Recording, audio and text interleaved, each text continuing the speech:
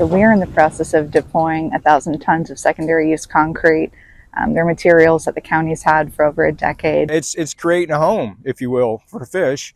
As soon as the bait fish come, the bigger fish come, then the bigger fish come, and then so on and so on. It's going to be a larger reef site. We anticipate having 8 to 10 different patch reef sites with about 120 tons in each area. This location is not going to be very far offshore. You know, folks with smaller boats on a good day, calm day like today will be able to go out there and fish and enjoy spots like this.